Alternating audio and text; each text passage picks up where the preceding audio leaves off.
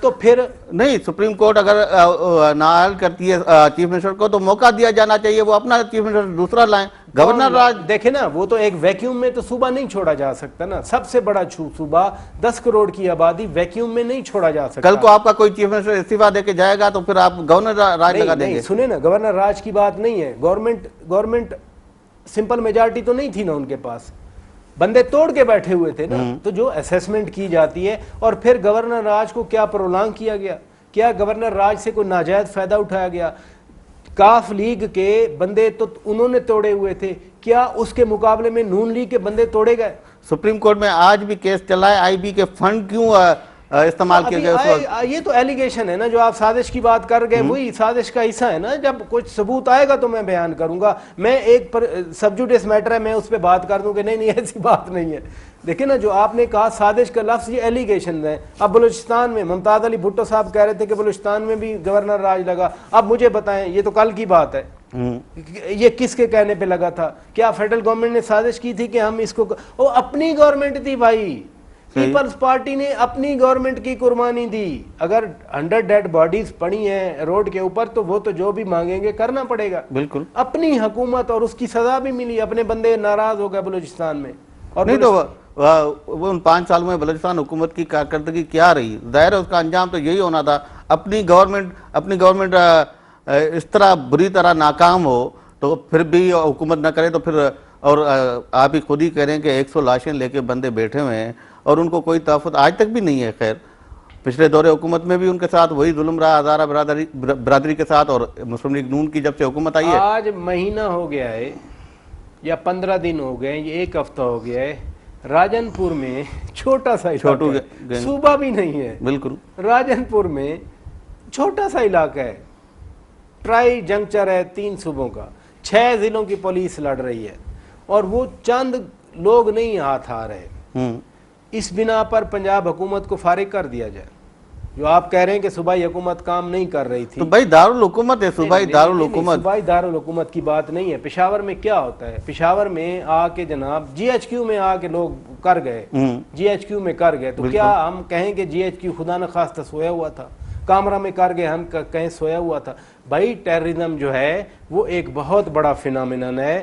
وہ پاکستان کا مسئلہ نہیں ہے, وہ پوری دنیا کا مسئلہ ہے, گلوبل ہے. اور جو بلوچستان میں ہو رہا تھا, جی ایچ کیو پہ دیکھیں ایک حملہ, ابھی کمپلیٹ کرنے دیں, ابھی کمپلیٹ کرنے دیں. کیا مسلسل حملے ہو رہے ہیں جی ایچ کیو پہ؟ دوسرا بھی ہو رہا ہے, تیسرا بھی ہو رہا ہے. پشاور میں کیا ہو رہا ہے؟ پشاور میں کیا ہو رہا ہے؟ چلیں آپ جی ایچ کیو چھوڑ دیں, انسٹالیشن پشاور میں بھی آپ دیکھیں کسی ایک کمیونٹی کو نشانہ بار بار نہیں بنایا جا رہا. میں یہی کہہ رہا ہوں, ایک علاقے میں ہو رہا ہے, کل دوسرے میں ہو رہا ہے. میں یہی کہہ رہا ہوں, آج بھی تو ہزارہ پہ ہو گئے نا, گزشتہ روز ہوا تھا نا. بالکل بھائی یہ اسی ٹیررزم کا حصہ ہے. یعنی جو سیکٹرین ٹیررزم پھیلا ہوا ہے جو طالبان کر رہے ہیں, یہ اسی کا حصہ ہے. جو کوئٹہ میں ہو رہا تھا, گلگت میں جو ہو رہا تھا, اب کوئٹہ گلگت میں بسوں سے اتار کے مارے جا رہے تھے نا, تو وہ ایک بڑا فینامینن ہے. ہاں سکسیڈنگ گورنمنٹ کنٹرول کر لیتی. کیا کے پی کے میں تو 2 ان کے ایم پی اے مارے گئے, کس نے مارے؟ بالکل, کس نے مارے بتائیے؟ پھر کے پی کے کی حکومت کو میں آج مطالبہ کروں کہ ہٹا دیا جائے, یا آپ کے بقول میں کہوں کہ نہیں حکومت نااہل ہے.